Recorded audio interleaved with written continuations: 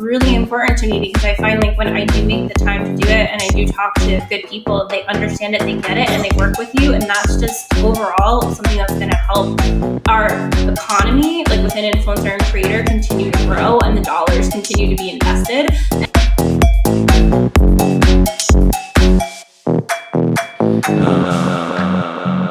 Hey guys, welcome back to the show. I'm so happy to be here.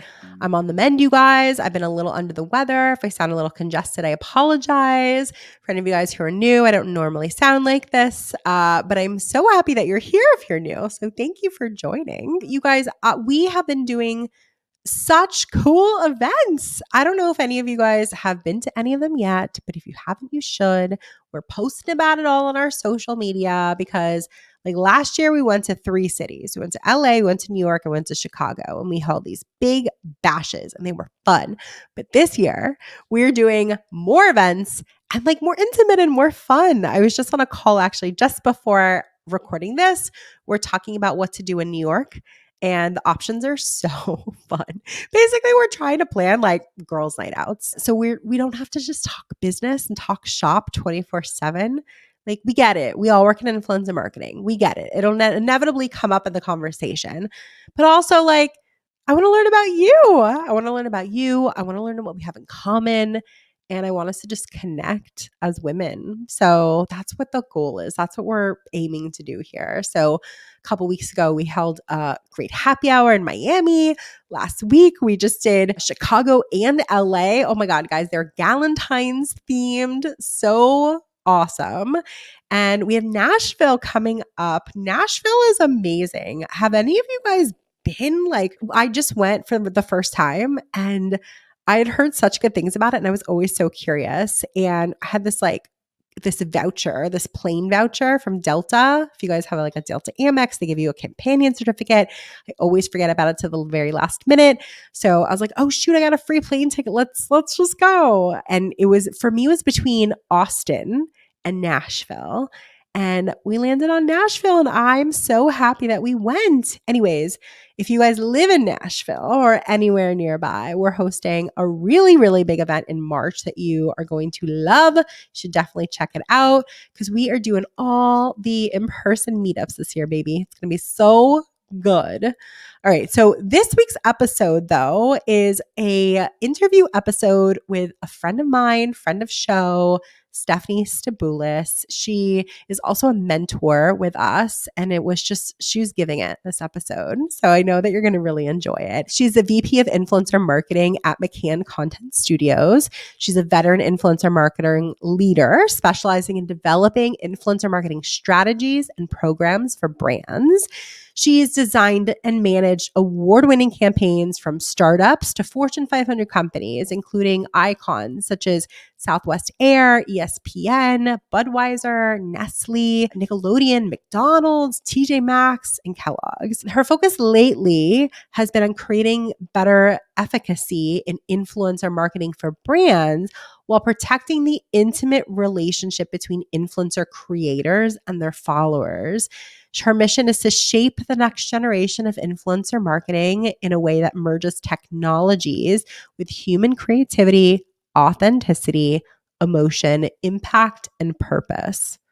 I mean, I co-sign that. So we talk about a lot of that during this week's episode. I think you're really going to enjoy it.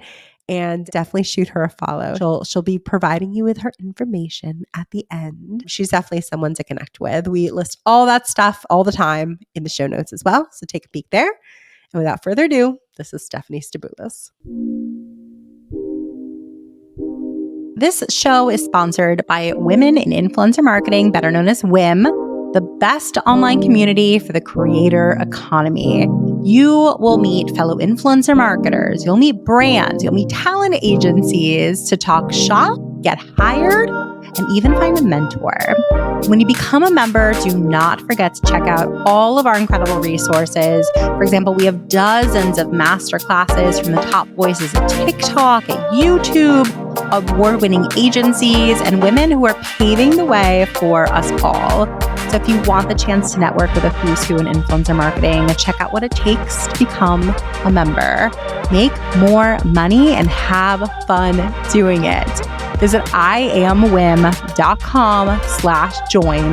That's iamwim.com/join today. And I so look forward to seeing you more around the community.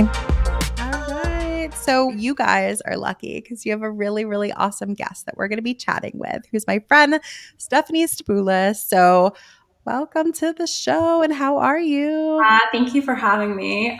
This is a long time overdue. So Very excited to have you. Steph is one of our mentors, been in the organization for a long time. You are recently back on the East Coast. So I wanted to wait till you like settled in a little bit, before having you on. I appreciate that. And I was like, made sure I unpack my podcast mic for you first.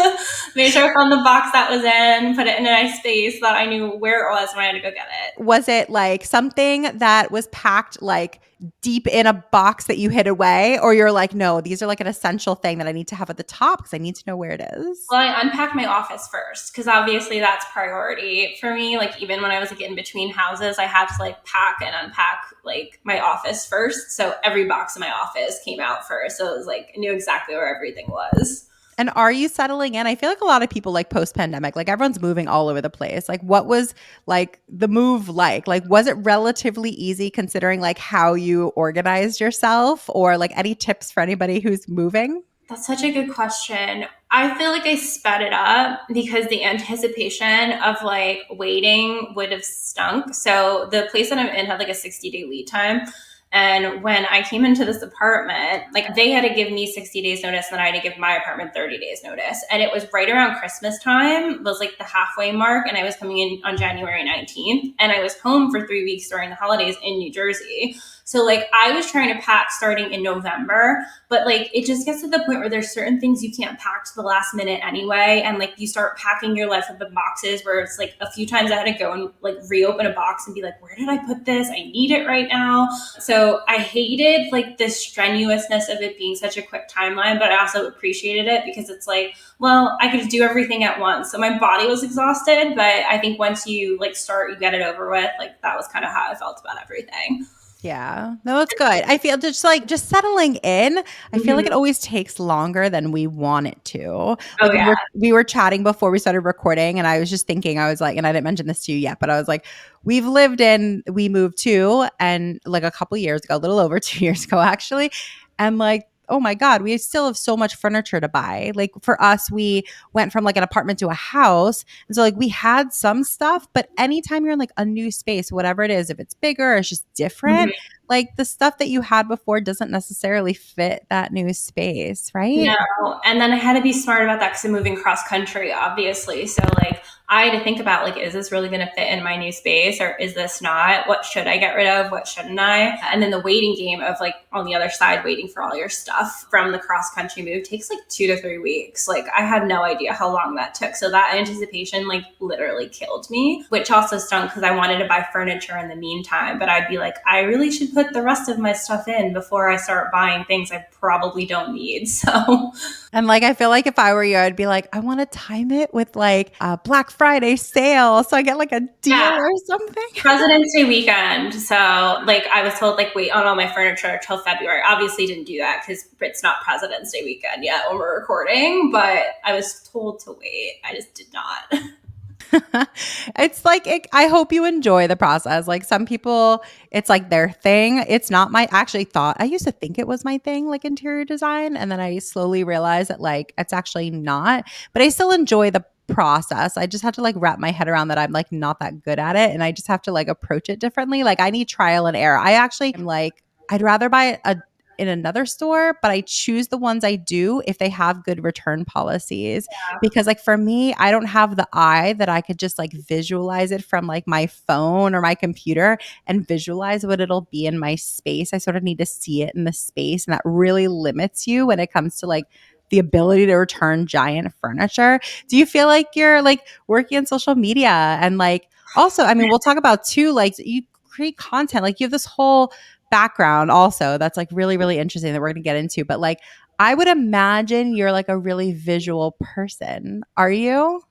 I think I am. I'm more creative than I give myself credit for, and I'm a strategist. Like my brain just works very analytically, but there's this creative side to me. So I would say my wallet very much suffers from being in influencer marketing, being like around that type of content all day. Like I really just want like I want to live in that space. So I do try to go after that lifestyle sometimes, and I have to like bring myself back down to reality and be like, we don't need to do this right now. But the one tip that I did find that I think has worked really well is you do one room at a time and you do it all together. And you buy everything to match, and it gets super expensive. Like it's not the best way to do things, but at least you know if you do everything together, the furniture matches, like the colors match, the artwork matches, like everything kind of matches versus like over the past 5 or 6 years when I've been doing things, I've been trying to like buy things piecemeal and then things don't match. So then you end up getting rid of it and it's a waste of money and it's not like the most economical way of doing it. So it's one of those spend a lot of money in the short run to save money in the long run kind of deals with interior design. No, I love that so much. And you're talking about also like just your wallet suffering because, you work in influencer marketing and around like cool products all the time or just like scrolling and seeing interesting products. Like what's gotten you if like a recent ad that you're like, oh man, I got to get that or I got to try that? Ooh. I mean, I'm really a sucker for Amazon influencers. I will like, because Amazon's so small and it's like, here's this $20 thing that will improve your life. And I'm like, sold, give it to me, Same. So where do you find those Amazon influencers? Like what platform is it? Amazon, like, Yes. and within the thing where they have those pretty mood boards and it's like Amazon influencer picks. And I'm like, ew. And then you link me right to the product. Like, I love this. It's great. Literally last night, because that's my doom scroll, like when I can't sleep and I'm just like, I'm going to go on Amazon and like look at stuff. I literally last night, I don't usually do this, but I was looking, it's like at the bottom of the tabs, there's like the one tab where it's like all the influencer stuff. And I was like looking through it. I usually find you should also look on like TikTok, YouTube shorts, like just there's, I mean, you know this obviously, but like there are just so many Amazon influencers and like I'm right there with you. It's just like an easy purchase. It's sort of like, thanks, I'll get that. It's like not, you don't have to think too much about it because it's like not that expensive. And it's like, it really gets me the like neutral aesthetic, like pet stuff. Like, wait, your home is neutral aesthetic, but now you extend it into your pet and let me show you how to do it. And I'm like, sign me up. Like, I'm all excited about pet stuff. I had an entire, when I unpacked, Aspen has like now an entire cabinet to himself that used to be my bathroom cabinet. And I'm like, really designing the pet stuff now within my color scheme. So it gets ridiculous. So good. Are you able to tie any of those passions or like interests into work yet? Like, have you been able to work on any like pet campaigns or like Amazon related campaigns, like anything like that so far? No, I don't think from like a brand perspective, no, but I think like what always has helped me succeed is the ability to pattern recognize what's happening within these spaces and how people's behavior, like even my self behavior, like how it is that we react to it. Like those little behavioral things I was able to pick up on, that's what's really helped me as a strategist. It's been like I understand human behavior in relation to influencers.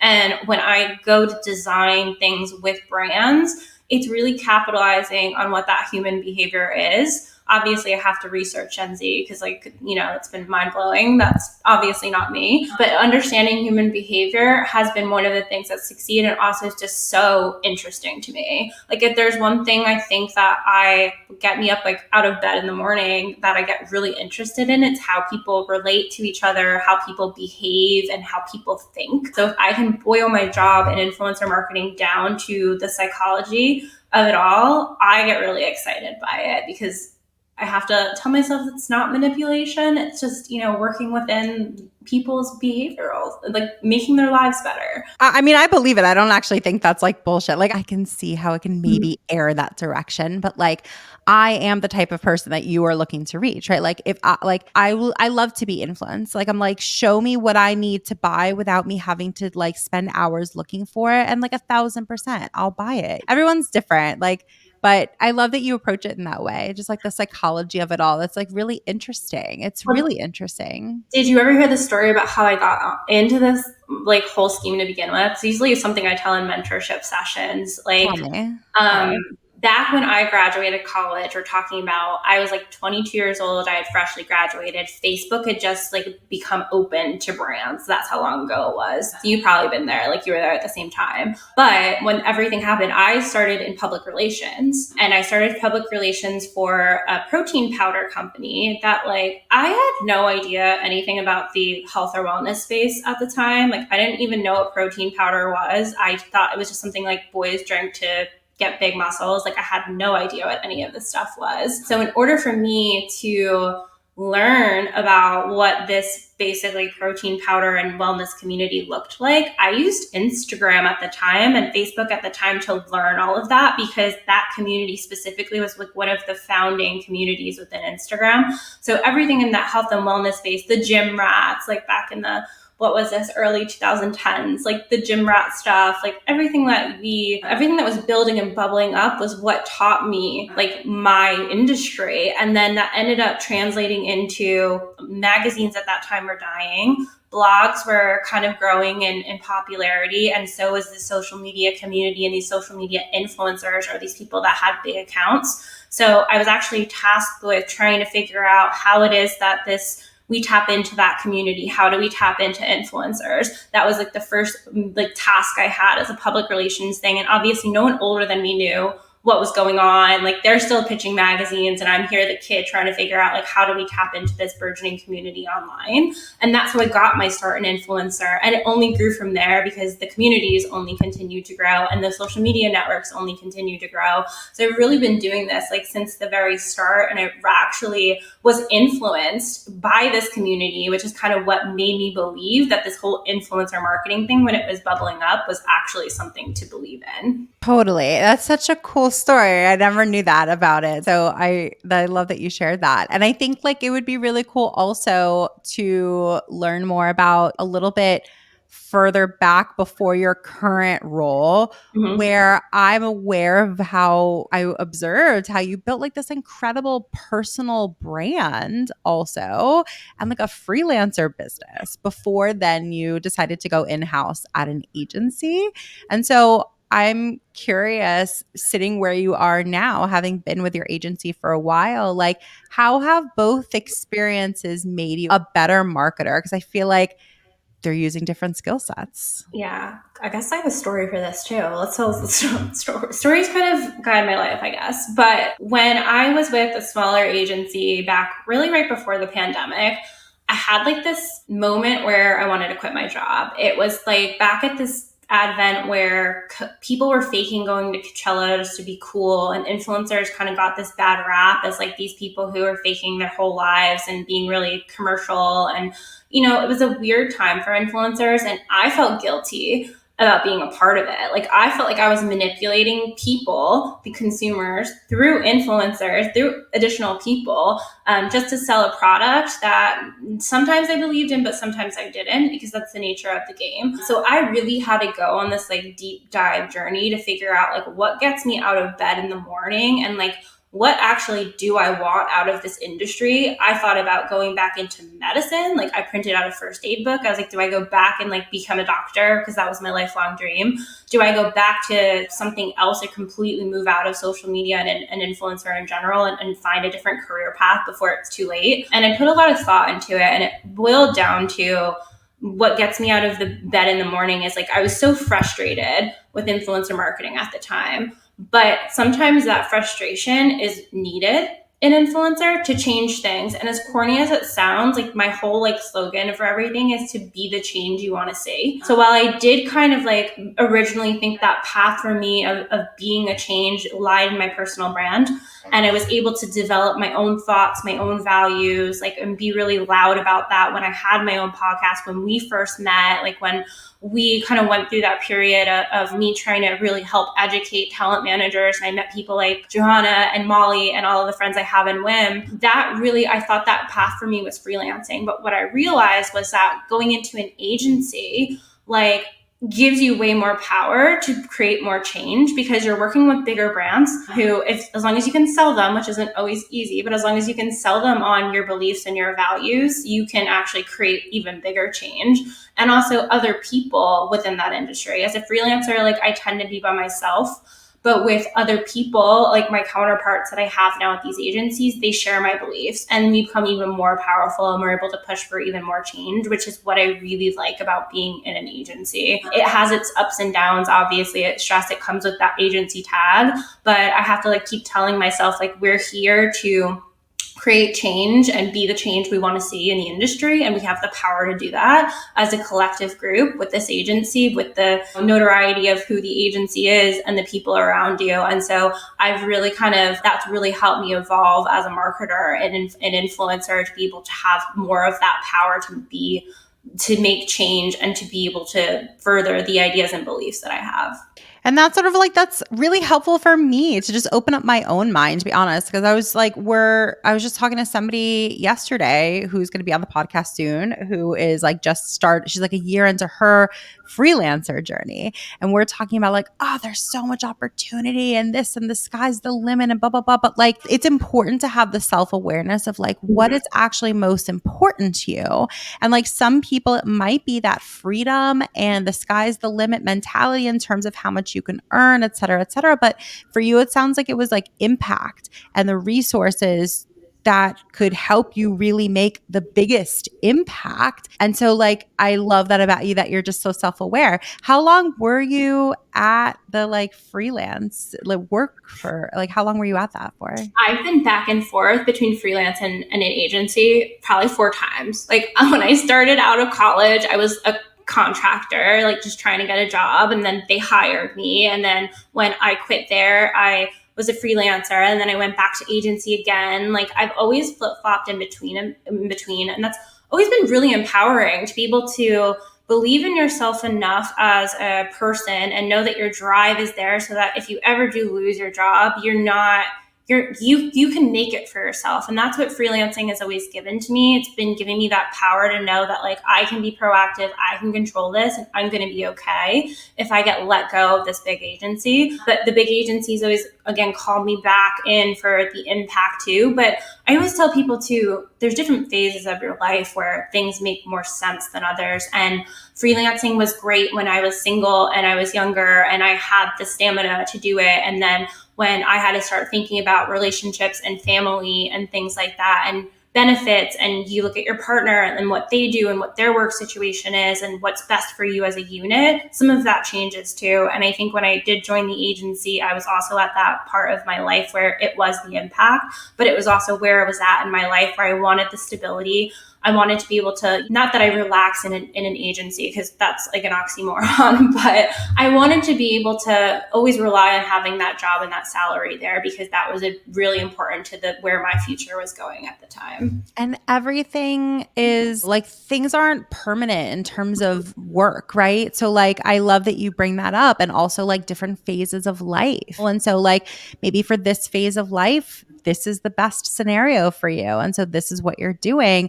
But like, to know that you can go back to freelancing and that it can fill you up and sustain you and all of those things, like that's got to feel really empowering, because that eliminates the fear that a lot of other people have, which is like, oh my gosh, like this is a crazy economy that we're in. People are getting let go left and right. Like, could I hack it as if I had to go out on my own?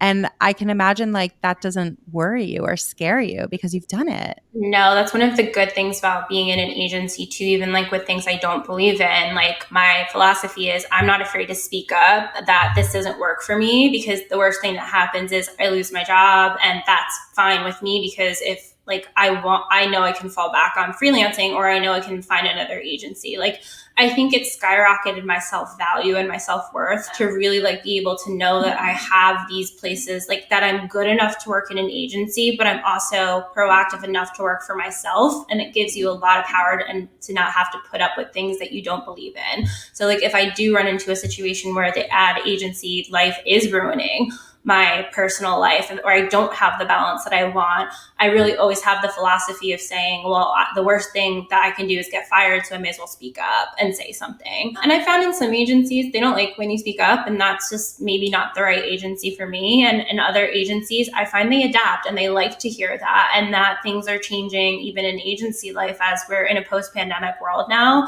People have a lot more respect for your mental health, your burnout. Like, I think they start to value your contributions more as an employee, and they look out a little bit more for what it is you need in order to thrive and give them the best work, because they're starting to realize, like, if we burn people out and constantly going through the churn that agencies are used to, it's not really great for us. So good agencies will listen, and good agencies will work with you on building good culture. And I think I've been really fortunate to have been part of agencies who will work with me on that. And so I've been able to actually have what it is that I'm looking for and be able to find that balance of like what it is that I need. And that's huge. And like, not all agencies are created equal, obviously. So like, it's definitely about interviewing them just as much as they're interviewing you, probably asking people who have been there, like what their experience is like. Cause I don't know, everyone always says the right things during an interview, like the perfect answers during an interview, like on all sides, of course, but like, it's good to do some research on that. I just heard of someone who I feel like every day I'm hearing of somebody who's let go. Like, it's a really heavy time. So,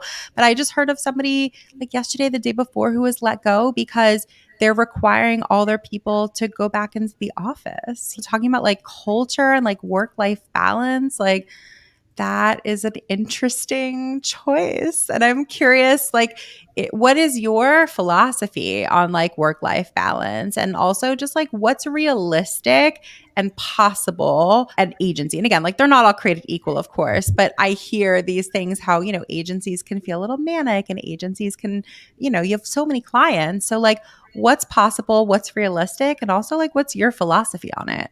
So when the first like 6 to 7 years of my career, it's so funny. I think you had this conversation with Amanda Edelman where she's like, I climbed the ladder, I climbed the ladder, I climbed the ladder. And that was the first 6, 7 years of my life too. Was like, I climbed that ladder. I was chasing the money in order to be able to move out and have that independence that I wanted to. And that came with sacrifice, obviously. And so my philosophy is like, I don't want to sacrifice other things around my life, like relationships and friendships and my social life. My health is also a big kind of piece of that. I don't want to have to sacrifice any of that for my career. Like, I kind of figured out where career lands for me. It's really important.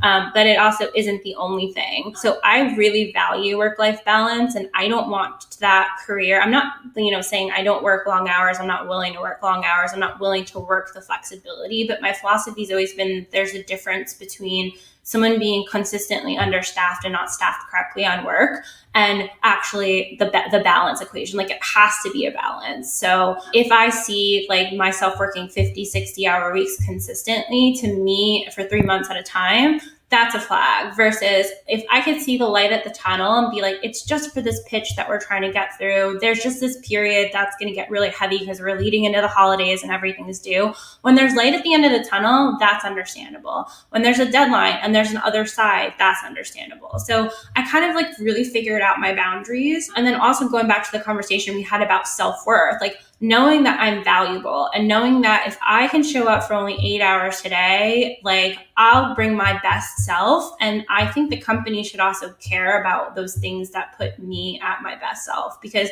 ultimately that's how you're going to get the best out of me. And if I come in burnt out or I don't come in with the right energy, like you're really not getting the best out of me. You're not getting the best out of anyone if you do that. So I really do care about like looking at my energy and really having this philosophy that like I have that self-worth to go in and say, this is what I need in order for me to thrive and create good work for you. And I find most people are very receptive to that conversation of like, this is what I need in order for me to thrive and do good work for you. And like, I'll be super personal. I've kind of shared it a little bit, I guess, on the podcast. Like, I had like a hell of a 2023, and I don't think I was alone. Like, a lot of people had really tough 23s, and I don't know what was in the air, but like there was just a lot of heaviness. And I feel like all of us were sort of scrambling to just like take care of ourselves and to do what we had to do to like heal, to survive in some instances, like just crazy stuff. So I'm like, and I don't know, I find that like, while I would say like, oh, my self-care routine is XYZ. I feel like when shit really hits the fan, like it really pressure tests that. It's like, is that what I say? What helps me, or does that actually help me? And I found that I was sort of scrounging to just find things to truly help my like get through some heavy stuff. So I'm curious, just like your wellness routine and like when stuff has been challenging for you, like what has actually helped you get through those moments? Yeah, well, we don't have to have an elephant in the room about how challenging 2023 was for me. It was obviously really challenging, and I'm comfortable right now talking about the fact that I lost my partner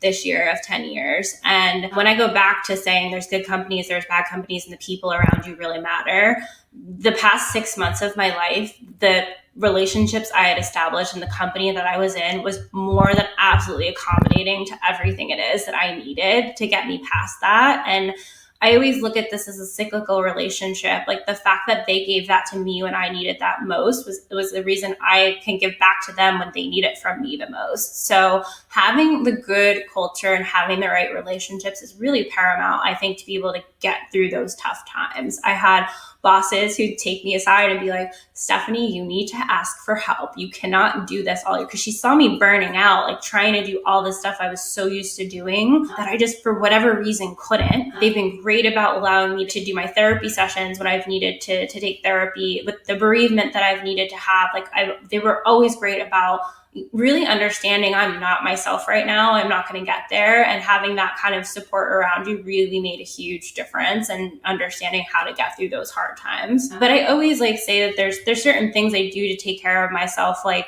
I do, again, watch my energy and use that with my workflow. Like I'm someone who gets in flow and I can do a 10-hour day, but then I may burn out and do like a 7-hour day the next day. But like, I know that about myself. So instead of trying to fit myself into a box of 8 hours, I really work within my own like energy levels. And that means sometimes I like front stack my week where like I'll like work my hardest Monday, Tuesday, Wednesday, because I know by Thursday and Friday, I'm kind of like burning out and looking forward to the weekend. I stay really hyper organized. I pay for my own project management so that I know what I have to do when I have to do it. But what's nice about that is it also empowers me to be able to say no when I need to say no, both to personal things, knowing that I've got a big work thing coming up, or a professional thing, knowing that I have a personal thing coming up. Being able to like track your work and what it is that you're doing empowers you to be able to say no and set the right boundaries, both with work and personal life, so you can get done the important things you need to get done. I also spend on convenience, which it's something I've been grappling with from like a money perspective, but something I'm really sitting nicely with right now is like, I'm not ashamed to say that I will spend money on convenience. I pay for healthy meal delivery because I found myself like working in an ad agency. There'd be times where I just couldn't get around to cooking and I was snacking like incessantly from the fridge because I just didn't have time to cook, or I'd be eating Grubhub, which is like insanely expensive you don't really want to do that often. So investing in healthy meal delivery really gave me like a sense of calmness that like I have a healthy meal in the freezer I can just like take and do when I need to. I bought a Peloton, which was like a really big like thing for me, and I grappled with it for a long time. It's not a cheap purchase, but the ability to hop on a bike if you have half an hour free during the day, or not have to change and go to the gym or care what I look like to go to a gym, or take the drive to a gym, or even in an apartment complex, take a walk like to the gym, has been huge and game changing for me. So like little weird things like that, like have really helped me understand that if I spend on convenience, it really helps me to thrive in in an agency setting where I have to kind of create that better work-life balance. No, I love that. Those are all really good, like just having good relationships with people around you and like building a circle of people, like investing in yourself in all those different ways. Those are not little things. Like those are huge things. And I think little things are like pre-cut vegetables. Like I had that on my list too, because I was like, pre-cut vegetables is like really a game changer. And people realize what a game changer pre-cut vegetables are. I literally used some last night. It's like sometimes it's like some of those things where like you get a few minutes back. Those minutes add up. Yeah, and just matter. like if it's something that just frustrates the crap out of you anyway, like it's more than just those few minutes. Like, I don't know if I've said it on the podcast before, whatever, but like we have the most incredible housekeeper.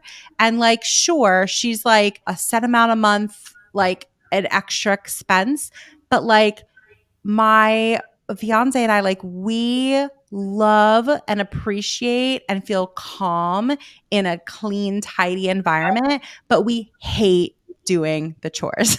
Like, Oh, we just hate it. And so to be able to just have that extra expense, like, it is so worth it to just have that taken care of. I know someone who, like, has I guess like a sitter come into her home, and just she's like a single mom. And so she has a sitter who comes in, and, like, it's not just while she's not available to watch the kids, it's like with her to just help her with the kids, and sometimes it's like, I don't know, there's like judgment. There's so much judgment around some things like this that are really just like taking care of ourselves. I'm like, freaking, if that works for you, like, do it. Who cares what other people think? It's like, oh, especially for women, like that Exactly. judgment. Like, it's, what do you mean you have a housekeeper? What do you mean you have a nanny? Like, when you could, like, work from home, why do you need that? Like, I went through a lot of that in my relationship, where, like, you don't watch how hard it is on someone to, like, balance a thriving career and a child, or even a dog. Like, my dog is really hard for me to balance too, and I can't imagine what a kid is like. But I've saw, like, my partner go through that with a kid, and when you see it firsthand, you're like, shocking. Like, this person needs help. Why are people so embarrassed to ask for help? If I'm, like, not doing well with a dog, like, I can't imagine how people are doing with a kid. And, like, not all dogs are created equal. I don't judge it at all. Like, used to foster so much. And, like, even the dog that I have full time, like, we were talking about this earlier, like, she had major separation anxiety for 2 freaking years. Like, they're just, it's a beautiful thing when you rescue a dog. Unfortunately, a lot of those dogs come with a lot of issues, and it's not just an easy thing. So also to, like, give you credit, because I I understand that world a little bit. Like, having a dog isn't always so easy. You got to, like, coordinate a lot of things. Anyways, like, who the fuck cares? Like, if people judge you, like, oh my God, they're not the people that you want in your life anyway. You know what I mean? So I just feel like a lot of people avoid doing certain things that are helpful because there's this fear of, like, what would people think if they knew? Fuck those people. Like, literally fuck those people. Quick question for you guys. How much do you love redlining agreements? Yeah, me too. Let me tell you about our latest sponsor called Caveat. So Caveat, with a K, is an AI-powered contracting platform that simplifies and automates your contracts. It'll hugely improve the way that you review partnership agreements. So if you're a media company or an entertainment company or a management firm, it's a must-have tool. Look, sometimes you do need to hire a lawyer, an expensive lawyer nonetheless, to work on an agreement because it's over a certain threshold, and a good lawyer can be invaluable. But what about all those other partnerships, those other contracts that are for $5,000 or even like $1,000? That's where Caveat comes in to support you and your team through AI to process your contracts to gain a competitive edge through data-driven insights and automatic AI-driven red lines. It's game-changing tech, and it's founded by 3 brilliant women. So you know why I'm out here supporting it. Get time back in your day because Caveat will help you with the part of your business that may be your least favorite. So head to our website. It's iamwim.com/caveat for a completely free trial. That's iamwim.com/KAVEAT. I hope you guys love it as much as I do. So the newest sponsor of the WIM podcast is Zealot. So Zealot is still in beta, and you guys know that I love seeing great new tools come to life, and you can now be a part of this one. So Zealot helps turn brand ambassadors into a scalable channel for customer acquisition. What they do different is they gamify ambassadors, which I think is super smart. They give points instead, which equates to dollars, and they frame the ambassadorship in a really fun way. The platform makes it really simple and easy to send what they call missions to ambassadors, and they also make it really simple to acquire new ambassadors ambassadors as well.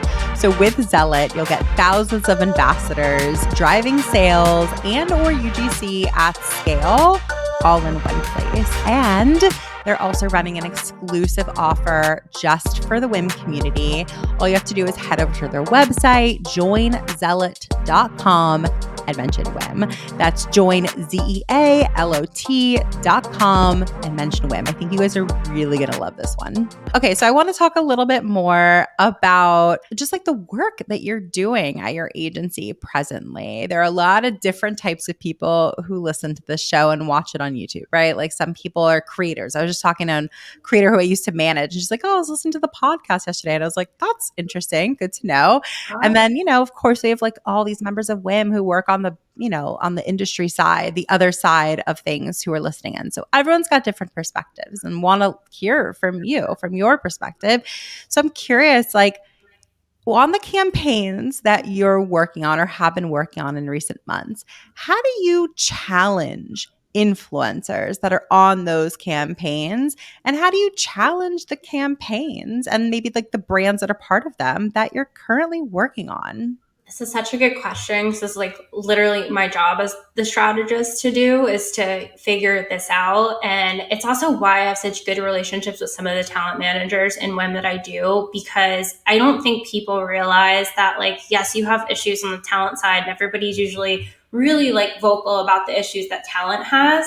But nobody really, like, I feel like as agencies or brands, we don't always talk about our issues and the stuff that we go through as marketers and the stuff that's really hard for us. Like, as an agency, I feel like I'm always caught in the middle. Like, you see these headlines that influencer is growing, and the data is always about how much it grows, how much money is in the industry. And it's really hard to find a plethora of data on like effectiveness. And that's what I feel like as a marketer, I'm continually challenged with, like in this middle, is thinking about what's really effective. What is the cost point at which an influencer is effective and happy and a brand is happy? Because talent, on the talent side, you tend to think about their self-worth and what they value and what they need and all of this. And on the brand side, we tend to think about KPIs, like what are you getting back? What's the ROI on things? And as an agency, you're always sitting in the middle trying to figure out like how to communicate to an influencer that in order for me to continue to push influencer marketing in a direction of high growth, I need you to work with me on this concept of effectiveness. So when I have these conversations with talent managers, or I have conversations in the middle, or even like I'm strategizing, like it's all about like, how do I make this effective and how do I make it fair to a talent and also make it, a win-win-win situation for my client. So that's kind of like where it is that I sit. Like, we're always in this weird situation where we have to prove this works and prove this is cost effective and prove that this is worth it and prove that I'm seeing a return. And that's a very difficult place to be in. But I find as I'm open and transparent about some of those difficulties that I face as a marketer, especially with talent, they work with you. And they also understand, like, if I come to you and this is the price that I need in order to hit a CPM, I'm doing it because I want influencer to grow and I want the client to continue to invest money in this because I want it to be effective. So I feel like within the spaces where I'm like working with influencers, and I'm working with talent managers, and I'm working on campaigns, like that's really been the sweet spot of where it is that what it is that I'm trying to communicate right now, and where I'm trying to be is all in figuring out like what's effective in this industry and how do we grow it with real data that says like this is working and let's continue to pour money into it. And so what's the response that you get when you are challenging some folks? Like, are people up to the challenge and want to rise to it and excited to go to work? Or are people a little trepidatious about it? No, I feel like when you're transparent with them, they get it. Except that it's weird that people are not having these conversations. Like, I sat in a panel, I think it was a few months ago, with a talent agency, and I explained to them like what to put in their bios because what our tech is picking up now and like all these things. And they're so interested, just that nobody's telling them this. And I really struggled with that too. If you even go back to the question we had about my freelancer, because as a freelancer, I felt like I had a lot more time to educate and be part of these sessions. And as an agency, I feel really strapped for time to be able to communicate and do a lot of these education sessions and be able to tell people how it is that talent can evolve and work with us. But that's really important to me because I find like when I do make the time to do it and I do talk to good people, they understand it, they get it, and they work with you. And that's just overall something that's going to help our economy, like within influencer and creator, continue to grow and the dollars continue to be invested. And instead of the headline saying, this much money is being, spent in, and without really the why of it, with being very anecdotal and very qualitative and not very quantitative, like we'll have backup reasons for it to be like, we saw this much because we've been able to hit CPM is a really good example. But right now, if I pay a creator to create an asset and I flight it on a Facebook ad, I'm getting really competitive CPMs with someone who pays a production agency to create an asset and I'm putting that same in. So like being able to look at the cost that way, very apples versus apples, and show that influencer is just as effective. Like those are the like nuggets that I want to be able to collect. I can go back and be like, this is this, because it's a no-brainer then for the brand to continue to invest the money in it. Have you ever, this is such a random question, have you ever taken a DISC profile? Are you aware of what DISC is? Yes, I think I'm ID, I want to say. An ID. I could definitely see the D for sure. I was actually curious if you were like a C, like, which is like the analytical one. No, you're like a really like, you're extroverted. I'm like 50% extroverted and 50% introverted. Like I have a limit. I have a battery. That's the best way to put it. I have a battery. When that battery drains, like that's it. But I have a battery for the D in me, but I'm also very much an empathetic leader. And I'm a Pisces. I have that like very like I'll sit and cry during commercial kind of piece to me. So I have that people-y aspect to me. And I also have that analytical, like directive, move things forward. So it's weird. It's a little balance. No, that's like I don't know. Those are the most interesting types of people, honestly, to me. So I think that's so cool. I'm glad that like you're familiar with it. It's cool that you've taken that. I'm curious, did you take it like while you were at a company or did you my last agency made me take it because they wanted to see like who we should match me with, or like who we shouldn't match me with, obviously. And it's also good when you know what other people's DISC profiles are, just because you can start to see why you get along with people. Like my counterpart in the UK, he's an ID too. And like, it's so crazy how well we get along and how like nice it is. But then like we both report to a D and we're like the only ones who can like,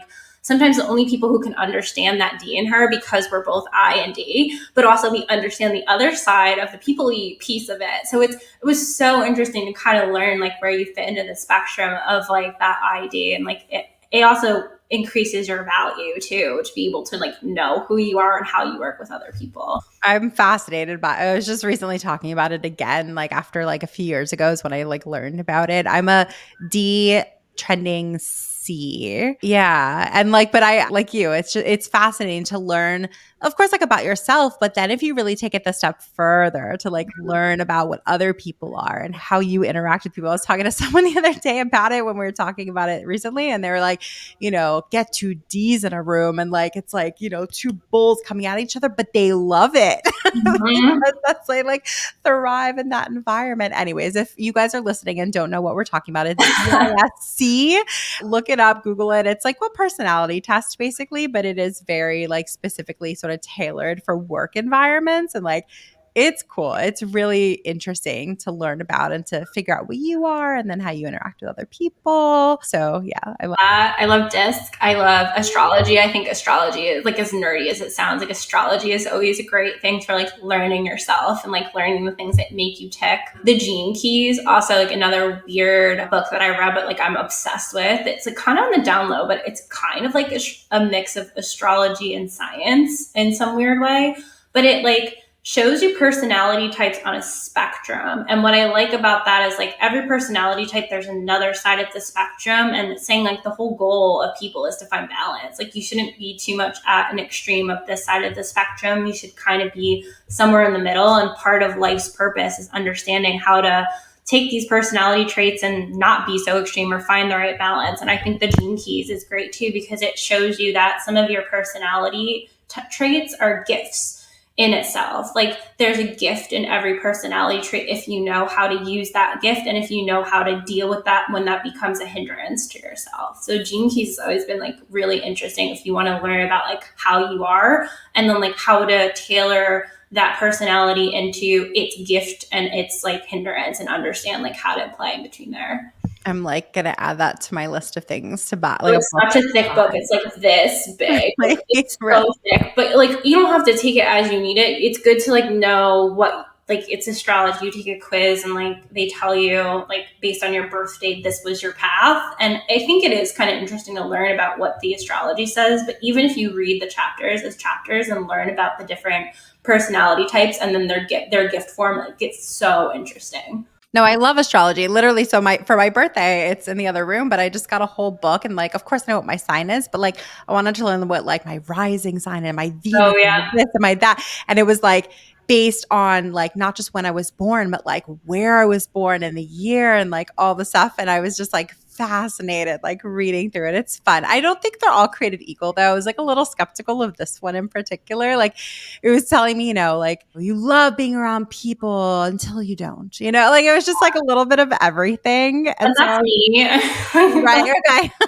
So maybe it is. I don't know. Maybe I should think more about it, right? Maybe I should take it more to heart. I find you kind of like go in and out of it from time to time. Like you're a little bit more of the traits at different times. It's so interesting. Astrocartography. Now we're getting off on a real big tangent, but hopefully it's a fun tangent. Astrocartography is also really interesting. So astrocartography is like based on your birth chart and your birthplace and everything and your signs, like where it is that you should visit or be or whatever. And so I never heard of it. And I had heard of it when I was in LA and I did my astrocartography, and it shows like there's an intersection of like there's something that should happen in my life in Los Angeles. And I've always just been mind blown because I've always felt that. Like when I first went to LA, before I even decided to go there, I always felt pulled to it in some weird way. But then to see it like on a piece of paper that like this is a thing for you, like to me it was just mind blowing. Like I can't explain it, but sometimes it makes me like when I see something that really aligns with something that I feel and can't explain, I always like nerd out on it. No, I love. We're the same. We're very similar in that way. Like I was talking, we're like planning this like New York event that I was telling you about. It's like, what should we do? We're just doing like it's just fun stuff. It's like with influencer marketers, but they're just fun. And we're like brainstorming all these ideas. And I was like, wait, guys, anyone want to go to a psychic? Oh, like 100%. Sign me up. Although you have to find a good one. I did one at like a winter festival, and like she was so bad, and I was like sitting there being like, I don't know, can she read on my face how bad I think this reading is? Like it's so general, like versus like when you have a real psychic reading, like how spot on that could be. I was looking at this girl and I was like, this is so bad. Can I have my money back?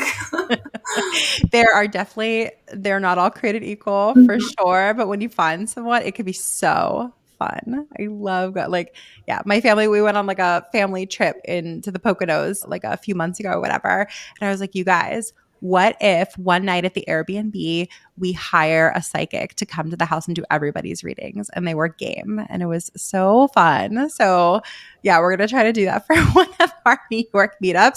You got to be there. It's gonna be really good. I love that. That's like the episode of Jersey Shore that they did that. Obviously, I'm from Jersey. I watched Jersey Shore, and like they did that on an episode of Jersey Shore. I was like mind blown. Isn't the Jersey Shore still on? Yeah.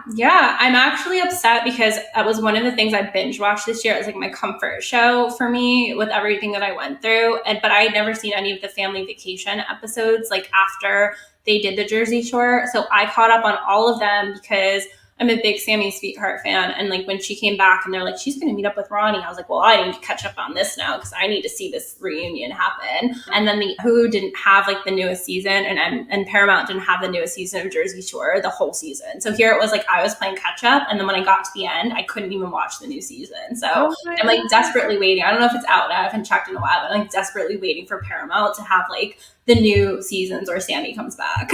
Love Sammy. Sammy's great. Are they all like, I don't know how, I must have seen like an ad for it or something. Is it like all the original cast, or it's like new people too?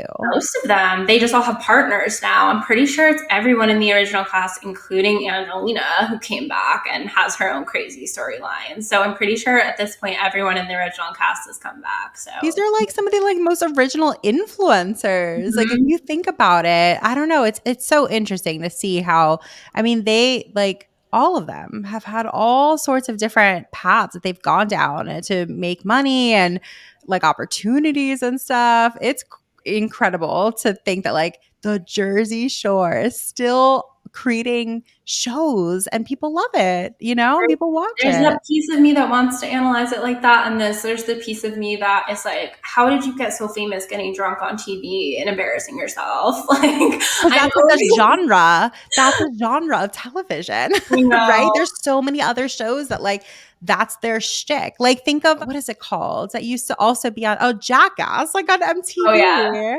Same, like, different, slightly different. These people are actually like hurting themselves, but like that's like a whole genre of television. I know, it's wild. I still like sometimes I can't believe it because influencers and creators have to work so hard to get there, and they're just like people who get drunk on TV or like make a fool of themselves, and they're famous too. So opportunities.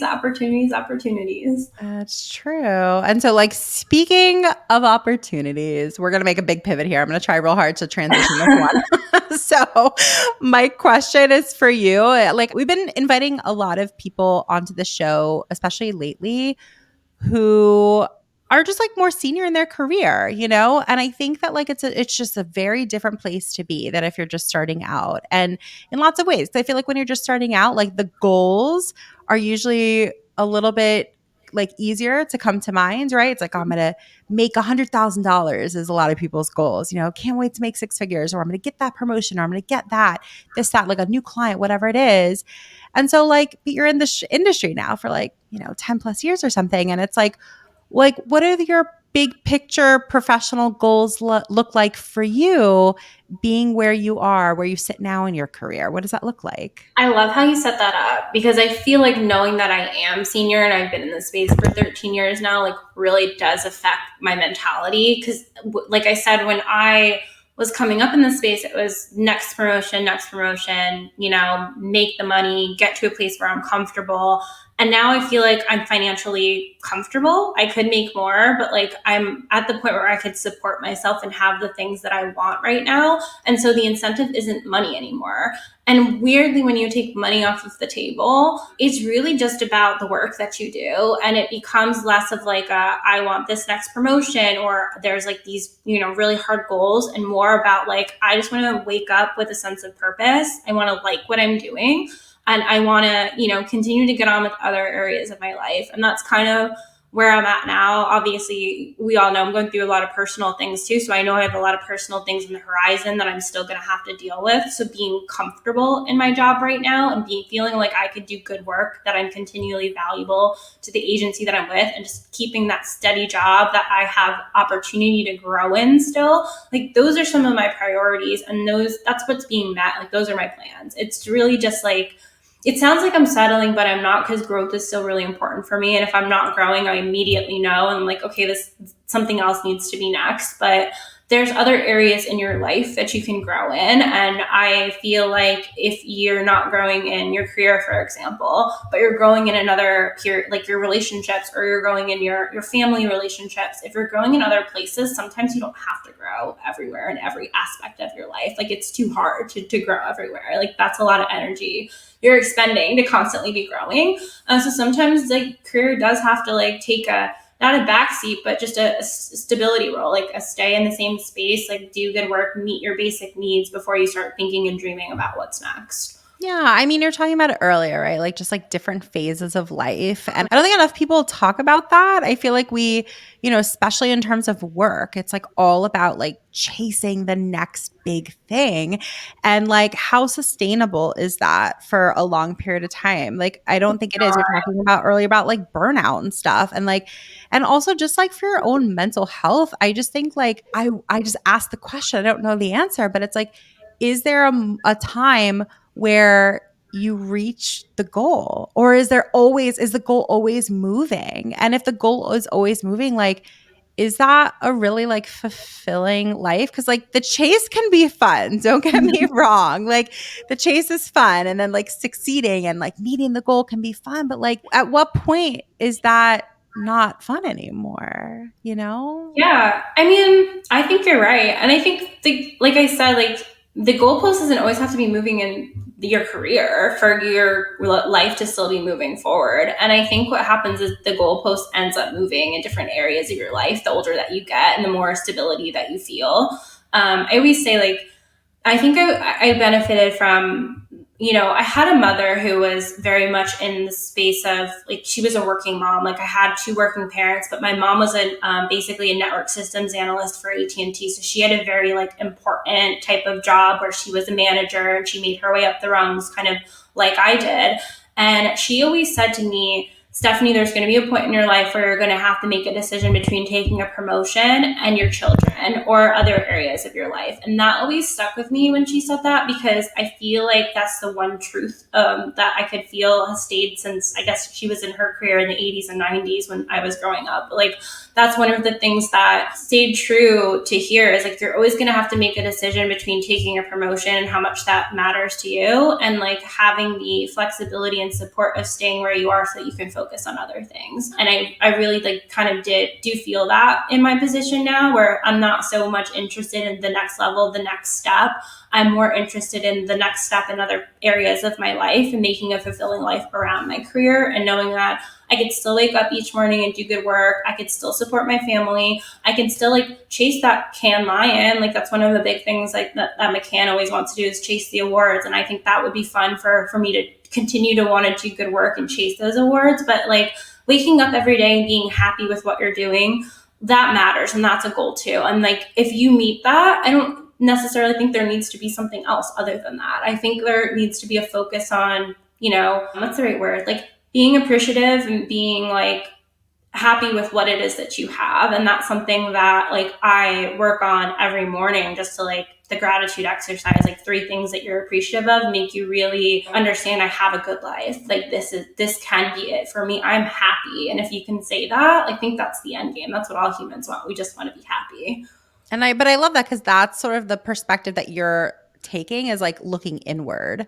Whereas I feel like sometimes the chase is all external. Mm-hmm. And so like maybe that's like the slight shift in gratitude is just like, such a huge like game changer if you can really like key into that and do that regularly, especially like just when I'm feeling all sorts of things. Like if I could just ground myself if I am finding things that I'm grateful for. And when I'm able to truly feel the things that I am grateful for, like I don't know, the anxiety all seems to go away. Like I'm usually in like a really good headspace when I'm able to like truly believe that I'm grateful and like for these certain things in my life, Mm-hmm. So it's a really good practice. And you can't control what's external to you. Like there's that control issue. And it's a really good time to talk about that, because a lot of people are out of work right now. Like you can't control what happens to you externally or what happens to you between you and that goalpost. What you can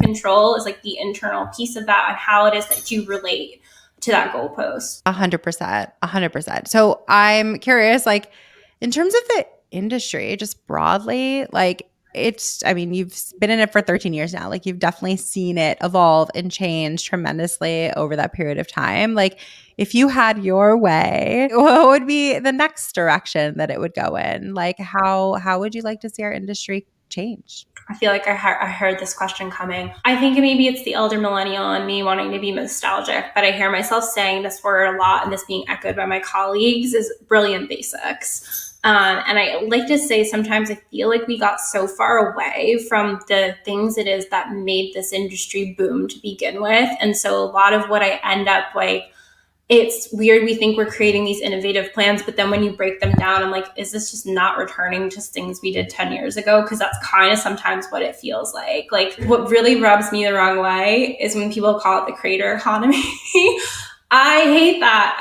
Because it's like everyone's a creator, which I get. I don't disagree with the fact that everyone's a creator, but there's a difference between a creator and an influencer. So when people are not acknowledging like the fact that there's a difference between a creator, a creative, their path, what they provide to brands, what they do, and influence, the actual word of mouth, the marketing piece of that, and they're two sides of like a same coin, but they are different. Right? When people don't acknowledge that, like that tells me we're so far away from the brilliant basics. Like we're so far away from where it is that we evolved from if we're not thinking about things like word of mouth and how that's changed with influence. If we're very far away from like, if we're too far in this creators, we're all creators, like we're very far away from the point of creative, So I hear myself saying a lot that there's this, return to brilliant basics or return to the how things used to be, or some of those elements that really created this economy to begin with that's happening. And then what does that mean to you? Like, I would love to dig into more of what that means to you. Like, how does that show up? How does that like really present itself? Yeah. I mean, the pricing conversation is hard to fall back on because they don't want to like make it sound like I'm ungrateful, but the pricing conversation is always part of it. Oh, the dog is saying hello to everyone. The pricing conversation is always like a part of that, in my opinion, because you want to give influencers their value, but you also want to make it valuable for brands. So it's a really good way of saying, back when we were in the brilliant basics, back when we were kind of coming up in this industry, right? Influencers didn't charge enough. Like, I will 100% support influencers that they were being taken advantage of by brands. But as someone who's worked on that side, we didn't know any better. But now that we know about what those numbers are that make us effective and where it is that we want to be, like returning to the fact that there needs to be mutual value, which is something that this whole industry was built on, like that's where it is I want to be. That number can change. It could mean something different, but this whole concept of there being value for the creators and influencers to work with a brand, and value for the brand to work with influencers, like this whole notion of mutual value is something that I really always want to return to. And it shows up in a lot of different ways, different conversations, and different iterations of how it is we bring campaigns to life. I've like so enjoyed this conversation, which like I knew I would because I always enjoy chatting with you and like just getting into it all. I think your philosophies on stuff are really refreshing. And I have a feeling that a lot of our like listeners and members and stuff are going to want to get in touch. So Stephanie is also part of the community. So if you're a member, like you can of course just like message her on Slack. You're on our Slack board, right? Yeah, on our Slack. She's also part of our mentorship program. So if you want like a one-on-one hour with her, that's like one of the VIP perks of the membership. And lots of people have said really lovely things about their time with her and you. So, but we have other people. Yeah, absolutely. And we get feedback. Like we ask for feedback and people send it. And so people have said really, really lovely things. So, but there are also people who are not yet in the community and are just listening and would love to connect with you. So what's the best way for them to do that? Yeah, it's going to sound corny, but I'm on Instagram more than anything. And I believe my handle is at The Real Steph Steboulis, my last name. So if you're like reading this podcast, you can figure out how to spell the last name. But Instagram is the best place to stay in touch with me. I find LinkedIn to be overwhelming now. We don't have to get in that conversation today. Sometimes my emails are popping. So like you really have your best chances of connecting with me either through the WIM community or through Instagram. Perfect. So do not message her on LinkedIn. Yeah, don't go there. And we will share in the links in the show notes, of course, like her Instagram and all that good stuff. So thank you so much for being on today. It was such a pleasure. Like any parting words for everybody listening? No, I'm just excited, and I'm like so proud of the way that how far this community has come. Jessie, like kudos to you from us being in that room right before the pandemic, of you at a single table, to the community that you built, and like the members really make that. So kudos to like really everyone for what this has become, and the ability for this community to create impact and create change. Like that's why I'm excited to get more involved as we go forward, because I think this is also an outlet for us to create more change. So let's do it. So cheers to that. More change, lots of growth, and all the good things. So thank you for coming on today and sharing all your awesome thoughts. Thank you guys for listening, and we will see you next time. All right, bye. Bye, guys. If you enjoyed this episode, we gotta have you back. Check out our website for more ways to get involved, including all the information you need about joining our collective. You can check out all the information at iamwim.com. Leave us a review, a rating, but the most important thing that we can ask you to do is to share this podcast. Thanks for listening. Tune in next week.